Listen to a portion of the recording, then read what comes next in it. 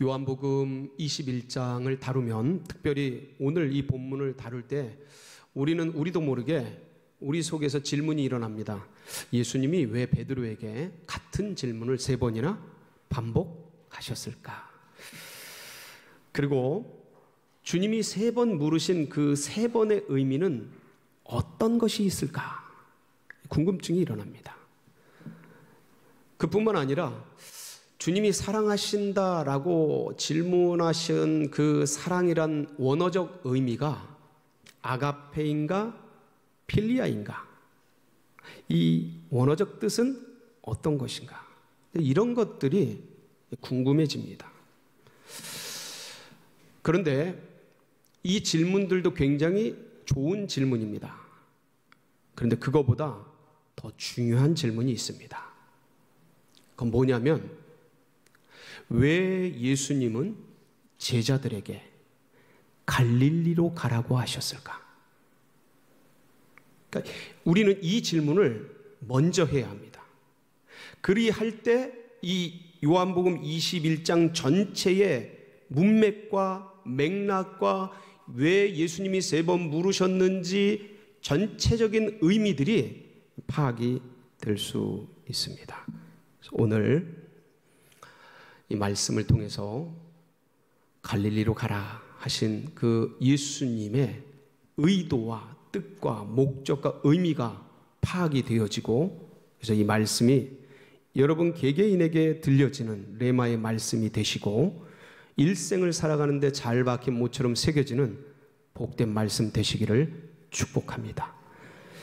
예수님은요, 돌아가시기 전에, 최후의 고난을 받으시기 전에 제자들이 주님을 부인할 것을, 도망갈 것을, 부인하고 떠나갈 것을 이미 다 알고 계셨습니다. 그래서 최후의 만찬석에서 요한복음 13장을 보면 가룟 유다에게 뭐라고 말씀하시냐면, 네 하는 일을 속히 해라, 이러면서 떡 조각을 주십니다. 네 하는 일을 속히 해라. 제자들은 못 알아들어요. 뭐 구제하라는 것을 빨리 하라나 보다, 회개 정리를 빨리 하라고 하나 보다, 이렇게 알아듣죠. 근데 주님과 가룟 유다는 압니다. 뿐만 아니라 가룟 유다에게 뿐만 아니라 제자들에게 주님이 식사를 마치고 나서 그런 얘기를 하십니다. 너희들이 오늘 나를 다 버리리라.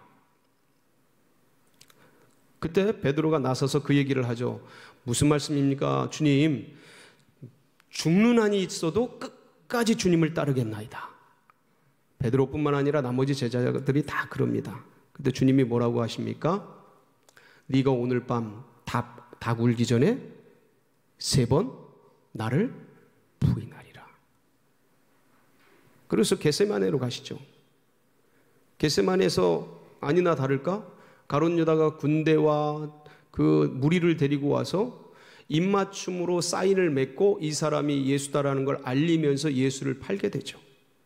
그때 주님이 뭐라 그러십니까? 내가 그니 이들을 보내라.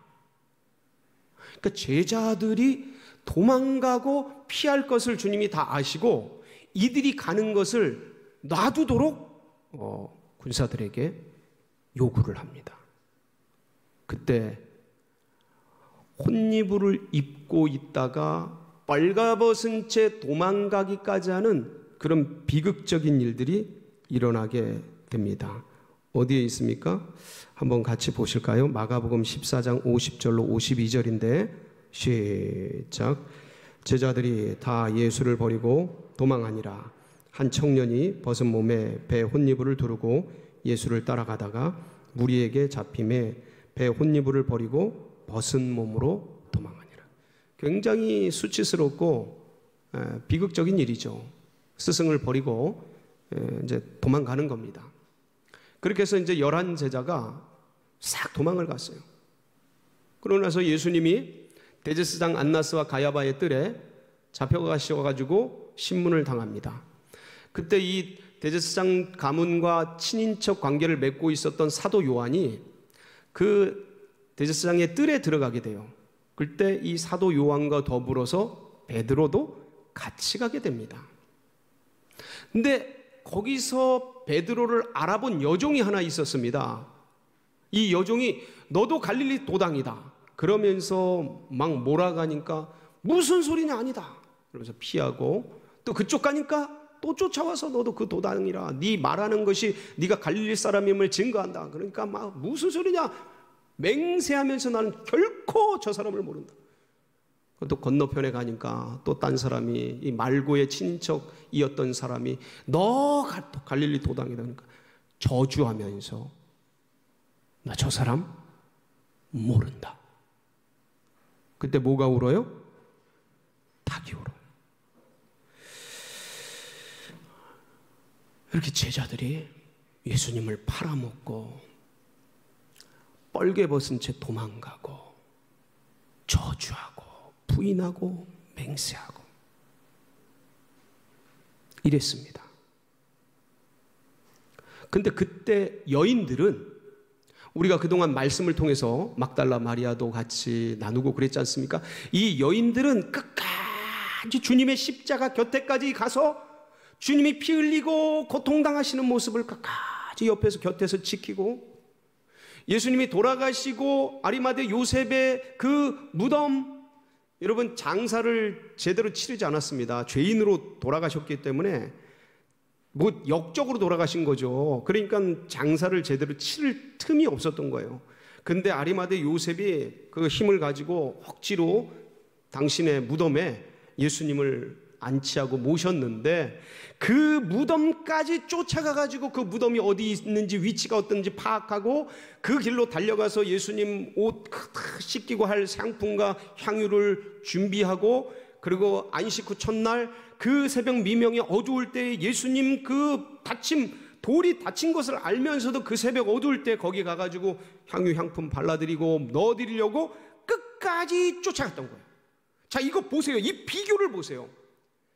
예수님을 목숨 걸고 쫓는다는 제자들, 12 제자들의 모습, 그리고 그 곁에서 뒤에 꽁무니 따라다니는 그 여인들의 모습, 최후에 어떻게 되어지는지 이 비교를 한번 보세요. 목숨 걸고 주님을 쫓겠다는 그 제자들은 예수님 팔아먹고 저주하고 맹세하고 뻘거벗은 채 도망가고 모른다고 그러고 있는데, 이 여인들의 헌신과 수고는 끝까지, 이때 사도권은 끝난 겁니다. 이때 제자도는 다 무너진 거예요. 다 박살난 거예요. 무슨 권위와 무슨 힘이 있겠습니까? 다 무너진 거예요. 다 깨져버린 거예요. 아무것도 남은 게 없는 거예요. 베드로 같은 경우는 특히나 3년만 동안 쫓아다니던 부인도 버리고 자식도 버리고 일가친치 다 버리고, 그 어부의 2 만선에 그거 다 버리고 주님 따라왔건만 예수님 잃어버렸죠. 자기 선임 제자 수석 제자인데 사도권 다 날아가 버렸죠. 부인하고 저주하면서 신앙도 다 끊어져 버렸죠. 다 잃은 거예요. 베드로는 다 잃었습니다. 다 같이 도망했지만 베드로는 더 한 거예요. 지금 더 무너진 거예요. 주님이 이 사실을 알고 계셨던 거예요. 니네들이 배신할 걸 알고 계셨던 거예요. 니네들이 나를 쫓다가도 도망갈 걸 알고 계셨던 거예요. 저주하고 맹세하고 부인할 걸 다 알고 계셨던 거예요. 그래서 주님은 최후의 만찬 그 끄트머리에서 당부를 하십니다. 뭐라고 당부하셔요?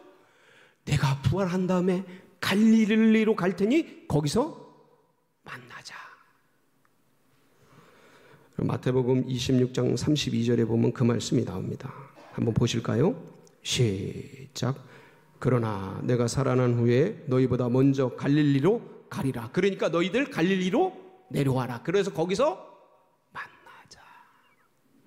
여러분, 예수님이 부활하신 다음에, 여러분 예수님이 부활하신 모습들을 쫙 한번 성경을, 사복음서를 한번 추적을 해보세요.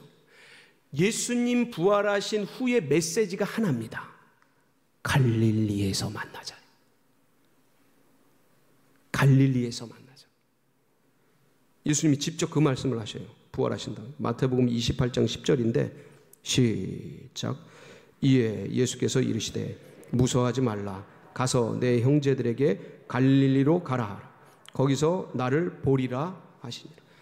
여러분, 이 천사들이 예수님 그 돌아가셔서 누워 계셨던 발치와 머리맡에 천사들이 있었지 않습니까? 그 바위 위에도 천사들이 있었는데, 이 천사들이 여인 막달라 마리아와 여인들을 만나고 그럴 때 천사들의 메시지가 하나예요. 예수님 부활하셨다? 형제들에게 가서, 제자들에게 가서 어디로 가라 하라? 갈릴리로 가라 하라. 마태복음 28장 7절입니다. 시작. 또 빨리 가서 그의 제자들에게 이르되 그가 죽은 자 가운데서 살아나셨고 너희보다 먼저 갈릴리로 가시나니 거기서 너희가 배우리라 하라. 보라, 내가 너희에게 일렀느니라 하거나. 그러니까 계속 같은 메시지인 거예요. 갈릴리로 가라. 갈릴리에서 만나자. 갈릴리에서 보자. 여러분, 왜 갈릴리일까요? 지금 제자들이 있는 곳은 예루살렘입니다. 여러분, 이 예루살렘은 지금도 그렇지만 그 옛날에도 세계적인 도시였어요. 가장 유명한 도시 중에 하나입니다. 여긴 수많은 엘리트들과 권세자들과 능력자들과 왕들과 총독들이 사는 그러한 곳이에요. 일을 꾸미려면 이런 데서 해야 됩니다. 말을 낳으면 어디로 보내고요? 제주도로 보내고, 사람을 낳으면 어디로 보내요? 한양으로 보내는 거예요.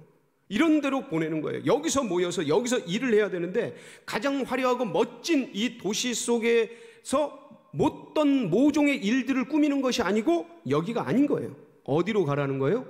갈릴리로 가라는 거예요. 갈릴리로 가라. 거기서 만나자. 여러분, 사실 제자들은요, 지금 이 예루살렘에서는 아무것도 하고 싶지 않은 겁니다. 실패하고 무너지고 좌절된 것. 예수님은 죽고 돌아가시고 자신들은 배신자로 스스로가 낙인 찍고 남들에 의해서도 그렇게 보여지고 있고, 두려워서 숨어 있고 문 닫고 걸어놓고 아무도 만나고 있지 않은 자기들끼리의 패잔병 같은 모습으로 그렇게 있는 그 제자들, 뭔가 할 수 있는 게 없는 겁니다. 사회적 분위기도 지금 우리 사회가 교회에 대해서 별로 호의적이지 않지만 그때는 더 했어요. 이 예수님 당시에는 잡아 죽이려고 그러는 거예요. 나사렛 도당들, 이단 괴수 죽여버렸으니까 나머지 것들도 다 잡아 죽여야 된다, 이런 분위기였던 거예요. 그러니까 침체되고 좌절되고 낙심되고 제자들의 심정이 다 무너져 있었던 것입니다. 아무것도 할 수 있는 것이 없었어요. 그런데 제자들은 이렇게 되리라고는 아무도 예상하지 못했습니다. 주님은 아셨던 겁니다. 그런데 그렇게 하셔야 될 그 질문과 대답을 주님이 지금 공개적으로 제자들 전체가 모여 있는 데서 공식적으로 질문을 하고 계신 겁니다. 그것도 이 사람들보다 네가 나를 더 사랑하느냐, 비교하시면서. 여러분, 이거는 저희 같은 어리석은 인생들도 애들 모아놓고 딸아, 얘네들보다 네가 나 더 사랑하지? 이렇게 질문하지 않습니다. 이렇게 안 해요. 자칫하면 애들이 상처 입어버려요. 그렇게 확인하지 않습니다. 조용히 가서 아빠 사랑하지? 이렇게 묻지, 이렇게 묻지 않습니다. 뭡니까 그럼? 주님이 그걸 모르시는 분이 아니지 않습니까? 누구보다 지혜로우신 그분이 이걸 모르시는 분이 아니지 않습니까? 그럼 뭡니까? 이거는 다른 의도와 다른 뜻과 다른 목적이 있는 것이죠. 이 사람들보다 베드로는 더 무너진 거예요. 이 제자들은 같이 도망했지만 베드로는 도망자 중에서도 부인하고 저주하고 맹세한, 그것도 막내인 사도 요한이 보는 앞에서 모든 사람들이, 그 대제사장 뜰에 모인 사람들이 다 듣도록 공개적으로 공식적으로 나는 모른다 저주하고 맹세한, 있을 수 없는 일들이 일어난 그러한 베드로였던 겁니다. 주님이 그걸 아시는 거예요. 네가 오늘 밤 3번 나를 부인하리라, 그걸 아신 거예요. 그러니까 그 무너진 그 마음, 제자들보다, 다른 제자들보다 더 무너진 그 마음을 제자들 사이에서 회복시켜 주시는 거예요. 다시 일으켜 주시는 거예요.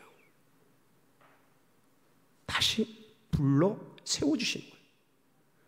그리고 개인적으로 할 수 있는 것을 공개적으로 하시는 이유는 이걸 둘이만 하면 마음은 회복되겠지만 사도권은요, 다른 사람들이 아는데 둘 사이에서만 해결될 일이 아니지 않습니까? 공동체에 무너진 이 어떤 권세는, 능력, 그런 것들은 공동체 속에서 회복이 되지 않으면 절대로 받아들이질 않습니다. 사람들이. 너나 잘해. 넌 부인하고 저주한 사람 아니야. 네가 그런 얘기할 자격 있어? 네가 무슨 예수님의 수제자라고 말을 해. 그렇게 안 됩니다. 주님이 그걸 아시는 거예요. 공개적으로 사랑 고백을 하게 해서 개인적으로 베드로의 마음을 만질 뿐만 아니라 공식적으로 공개적으로 사도들 사이에서 사도권을, 수석 사도권을 회복시켜 주시는 거예요. 연거푸 3번을 묻습니다. 왜 3번 물으신 거죠? 그럼 베드로가 3번 부인했기 때문에 3번 물으신 거예요. 3번이 뭡니까? 3이라는 숫자는 성경에서 완전수입니다. 삼위일체 하나님, 이 3이라는 숫자는 완전수로서 완전히 예수님을 모른다고 부인한 사람인 거예요. 회복이 불가능한 겁니다. 주님이 이렇게 안 했으면 이 베드로는 망가진 폐인처럼 인생을 살았을 겁니다. 아무도 인정하지 않았을 겁니다, 이 사람을. 근데 주님이 3번 사랑 고백을 확인시켜 준 거예요. 공동체 속에서 그 무너진 마음을 일으켜 주신 거예요. 완전한 사랑을 고백하게 하신 거예요. 주님이 정말 따뜻한 배려, 그 마음을 아시고 상황을 아시고 모든 것들을 일으켜서 하나님 나라를 도모하시고 영혼을 세워가시는 기가 막힌 모습을 우리는 이 말씀을 통해 볼 수 있는 것입니다. 베드로를 그렇게 세워주신 주님께서 우리 성도님들을 구원받고도 죄짓고 넘어지고 쓰러질 그럴 것을 알면서도 구원해 주시고, 믿음의 길, 영생의 길 가면서도 재리의 염려, 세상의 문제 속에 염려, 근심, 걱정에 무너지고 쓰러지고 엎어지고 자빠지고, 기도해야 될 틈, 그때 주님께 간구해야 될 때 염려에 넘어지고 어둠에 무너져서 허덕허덕거리다 어느 분들은 이곳에 나와서 어느 분들은 그곳에서 주님 부르며 안타까운 채 던져져 있는 것을 주님은 아시는 거예요. 그 마음 만져주시는 겁니다. 70번씩 7번이라도 주님이 회복시켜 주시는 거예요. 이런 은혜를 통해서 베드로가 사도권이 복권이 되고 제자의 신앙이 회복이 되었습니다. 얼마나 감사한지요. 우리 이 예배를 통해 여러분의 심령이 회복되고 강건해지시기를 축복합니다. 그러고 나서 예수님께서 이제 일어나셔서 해변길을 쫙 걸어가시면서 나를 따라오너라 베드로에게 얘기합니다. 해변을 쫙 걷습니다. 근데 그때 사도 요한도 일어나서 그 주님의 뒤를 좀 떨어져서 따라갑니다. 이 말씀의 장면을 생각하면 베드로가 마음이 회복되고 다시 사도권이 회복되고 공동체 속에서 다시 뭔가 마음의 자격과 마음들이 일어나고 여기까지는 너무 아름다운 모습이에요. 그런데 그렇게 되었더니 베드로가 순간 또다시 무엇을 바라보냐면 오늘 20절, 21절 보면 회복된 베드로가 어디를 보는지 나와 있습니다. 같이 한번 보실까요? 시작. 베드로가 뭐예요? 돌이켜. 베드로가 돌이켜. 예수님하고 같이 가다 예수님을 바라보는 것이 아니고 돌이켜. 누굴 봤다고요? 예수께서 사랑하시는 그 제자가 따르는 것을 보니. 누굴 봤다고요? 예수께서 사랑하시는 그 제자. 이게 누굽니까? 사도 요한. 사도 요한이 뒤에서 따라오는 거예요.